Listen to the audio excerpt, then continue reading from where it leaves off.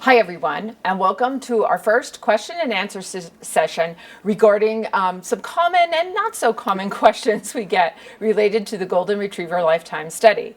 I'm Dr. Kelly Diehl, the Senior Director of Science and Communications, and joining me today to answer your questions is someone that a lot of you know, Annie Lee, our External Engagement Associate here at the Foundation.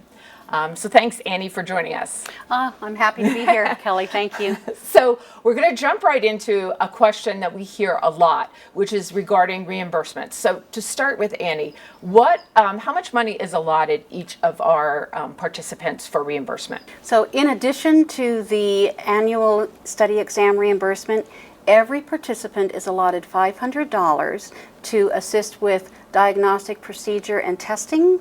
Now, this $500 is per dog and is over the lifetime of the study. Okay, so you mentioned additional diagnostics and testing. So what specific items are eligible for reimbursement? The cost of the biopsy and necropsy procedures, any medication needed during those procedures, and other consumables. And the consumables would be things such as a catheter or like fluids or something like that. Okay, but what about blood work? Because I think we get that question frequently. Well, blood work isn't covered unless a biopsy comes immediately after a study exam. In those instances, the blood work was already taken during the study exam and that cost has already been covered. All right, so that's really helpful to know. Another question, can a participant split up their reimbursement, that allotment that we give them? Absolutely. Some participants will use a portion for one procedure and then save the rest for something that might come up later. Or a participant may use the entire allotment at one time. It's really whatever they need. Okay, so that's really helpful. So now let's say a participant has decided how they want to use their reimbursement. How do they actually get reimbursed?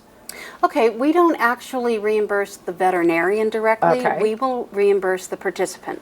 So the participant will need to pay the bill and then send us an itemized copy of the bill, and we'll be able to send them a reimbursement check. Okay, so you talked to us about, the reimbursement. We've got now a participant who has like a receipt in their hand that they've paid their veterinarian.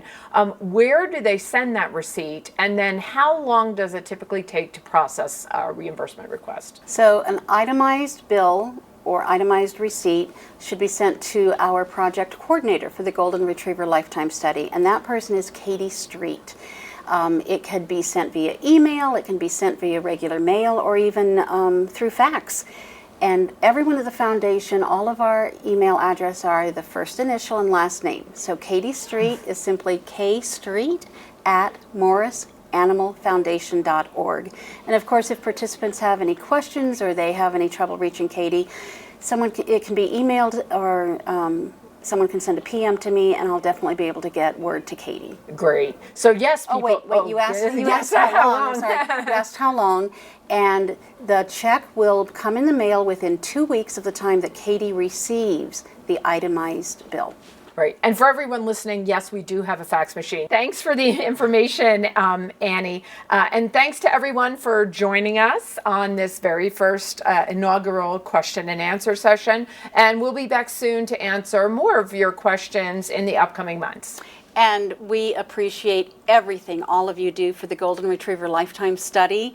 And we want to send big snuggles to all of the heroes and every furry supporter. Thanks so much, you guys.